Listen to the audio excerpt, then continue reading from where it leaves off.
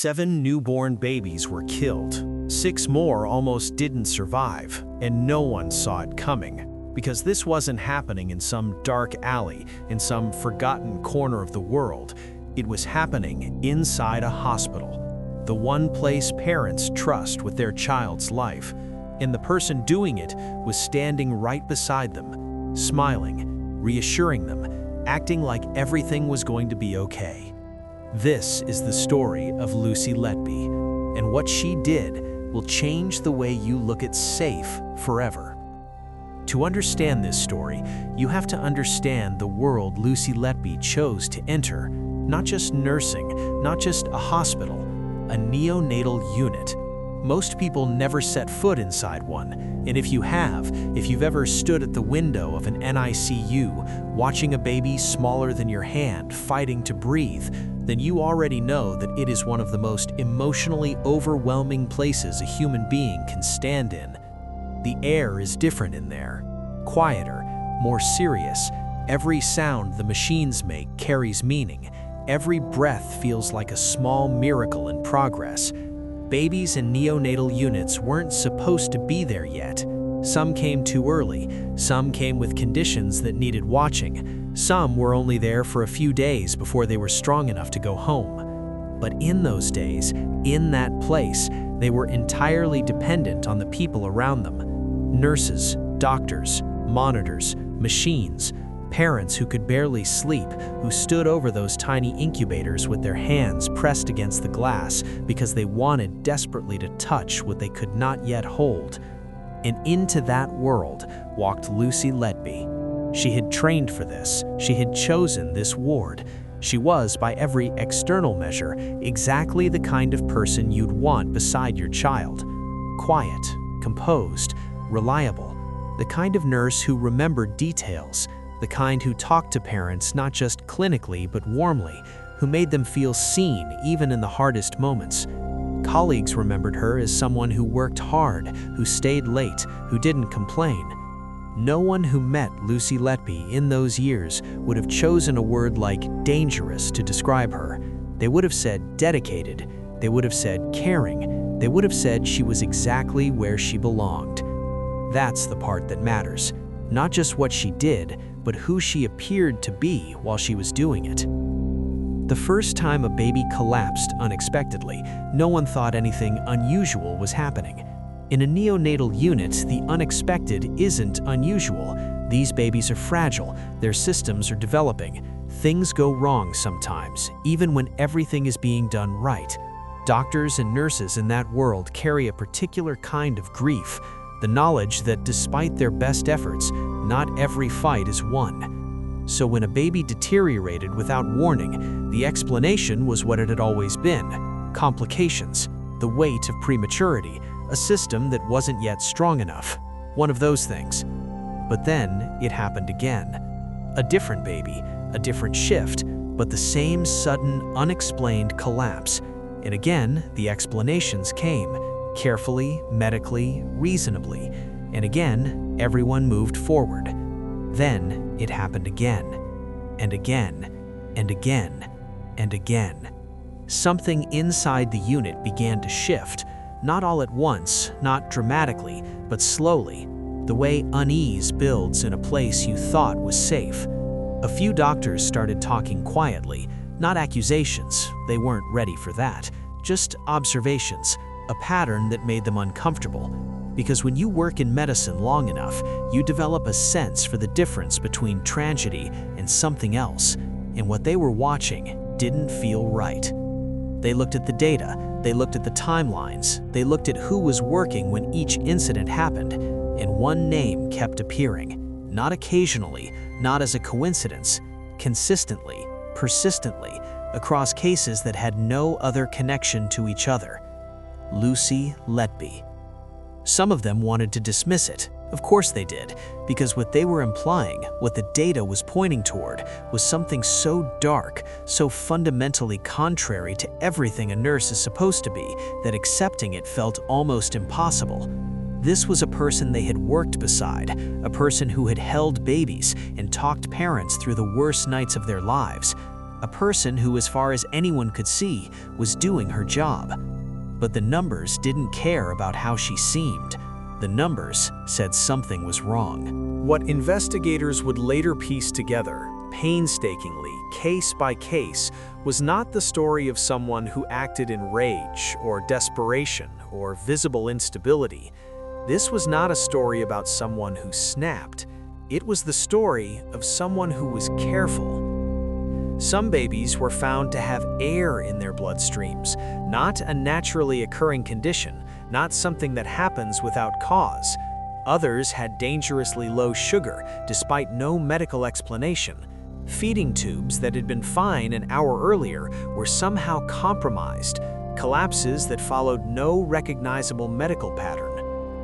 The prosecution argued that each of these was deliberate, that Lucy Letby had found methods, quiet methods, clinical-looking methods, to harm the babies in her care in ways that would be difficult to immediately identify as anything other than medical tragedy. Injecting air, introducing insulin, interfering with feeding, the kind of harm that, in a place already full of sick babies, could so easily be mistaken for the illness itself. And that was the cruelty of it. Not just what was done, but how invisible it was designed to be. While it was happening, parents were standing in the same room, holding hands, praying, asking questions, and beside them, sometimes even comforting them in real time as their child's condition worsened, was the person responsible. Think about that. Sit with that for a moment. A parent, in the most frightening hour of their life, turns to the nurse beside them and says, "Is she going to be okay?" And the nurse who answers, who places a hand on their arm, who speaks gently and professionally, is the reason the question needs to be asked in the first place. There are no words adequate to the horror of that.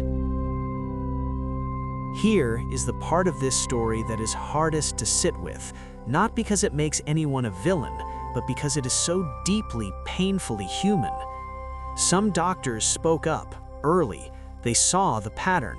They raised concerns through the proper channels. They brought data. They argued that something was seriously wrong and that it was connected to one specific person. They were not ignored entirely, but they were not acted on quickly either. And the reasons why, the institutional reasons, the professional reluctance, the sheer psychological difficulty of believing something like this about a colleague are worth understanding, not to excuse them, but because they're the same reasons that allow harm to continue in places where we expect protection. To formally accuse a nurse of harming babies is not a small thing. It means saying out loud to the people above you and beside you that someone you have worked with and trusted has been deliberately killing the patients in your care. It means being willing to be wrong in a catastrophic and humiliating way. It means understanding that if you are right, the implications are devastating, not just for her, but for the hospital, for every family who passed through those doors, for the entire institution of trust that neonatal medicine is built on. The doctors who raised concerns were not cowards. They were people navigating an almost unimaginable situation with imperfect information. But the hesitation cost time, and the time cost lives. This is not a comfortable thing to say, but it is a necessary one. Because what happened at the Countess of Chester was not just the story of one person's actions, it was the story of what happens when a system is not built to confront the unthinkable, when the very safeguards designed to protect people become barriers to protecting them. Eventually, the weight of evidence became impossible to carry quietly any longer.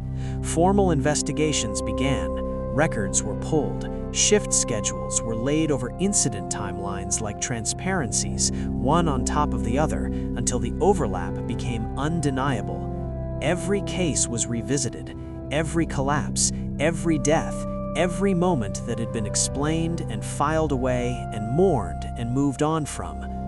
The police were called in. What followed was one of the most painstaking and emotionally exhausting investigations in British legal history. Investigators had to sit with case after case, not just as data points, but as individual children. Each one had a name, each one had a family, each one had a story that ended far too soon. And for the investigators, for the parents who were contacted again, for the families who had already buried their grief and now were being asked to dig it back up, this was not a process, it was agony. Lucy Letby was arrested. She denied everything, completely, calmly, with the same measured composure she had shown at work, in court, in every moment anyone had observed her. She looked like someone who had been wrongly accused. She sounded like it. She maintained it. But investigators kept finding things that contradicted the denial. There were messages on her phone. There was a search history that revealed she had been looking up the families of babies who had died under her care. And then, the thing that no defense could adequately explain were handwritten notes, fragments of writing on paper in her own hand. One of them said, "I am evil. I did this." The trial was long. It had to be. The prosecution had to take apart every case individually, establishing not just that something had happened, but that it was deliberate, that it was Lucy Letby, and that it happened again and again with clear patterns of intent. They could not afford to be sloppy. They had to be certain. The medical evidence was presented carefully.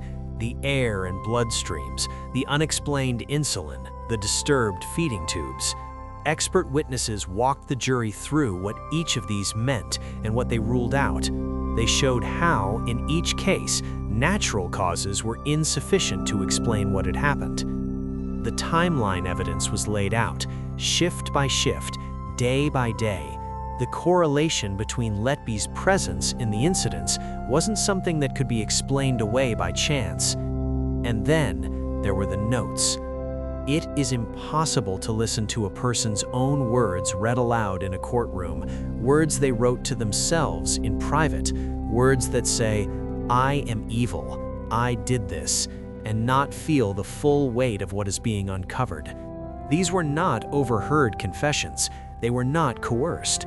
They were private writings, the kind that people produce only when they believe no one will ever read them. When the verdict came, it was the product of weeks of evidence and deliberation, and it was unambiguous. Guilty of murdering 7 newborn babies, guilty of attempting to murder 6 more. 13 children, 13 lives, 7 extinguished entirely, 6 pulled back from the edge by the same medical systems that had failed to protect them in the first place.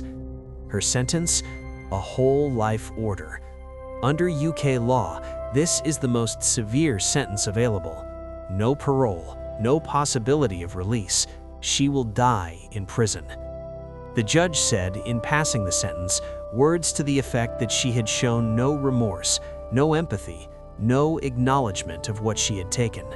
She sat and listened, composed, the same way she had always been. And now, we arrive at the part of the story that will stay with you long after the facts have settled. Why? That's the one question the trial couldn't answer. No confirmed motive, no moment that explains it, no door that fully closes. Some say it was about control, the power to decide who lived and who didn't. Others say it was about being needed, being present in a crisis, being the one who comforted parents while knowing exactly what she had done. But none of it lands. None of it is enough to hold something this dark. And maybe that's what makes this case impossible to put down. We're wired to find reason behind cruelty. We need it to make sense. This never will. Reviews were conducted, protocols were changed. The NHS took a long, uncomfortable look at how institutions handle the unthinkable. But nothing that came after brought back the 7 children who died. Nothing gave those families back the years they spent grieving privately, while the person responsible kept showing up for her shifts. The parents who testified spoke of a grief that sits differently from ordinary loss, because ordinary grief comes from the world being random and cruel. What they carried was something else entirely. Some of them had thanked her, some of them had written to her, some of them had held her in their hearts as someone who tried.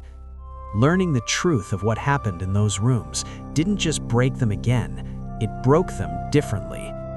Lucy Letby walked into the most vulnerable room in any hospital and became the most dangerous thing inside it, not because she was visibly broken, not because anyone could see it coming, but because she looked exactly like what she was supposed to be. That's the weight this story leaves you with. Trust isn't weakness. We have to trust the people we hand our worst moments to, but trust has to live inside systems strong enough to catch what the eye cannot see, systems willing to face something terrible before it demands to be faced. 7 lives, 13 families changed forever, and a warning written not in words, but in everything that was missed, in everything that came too late.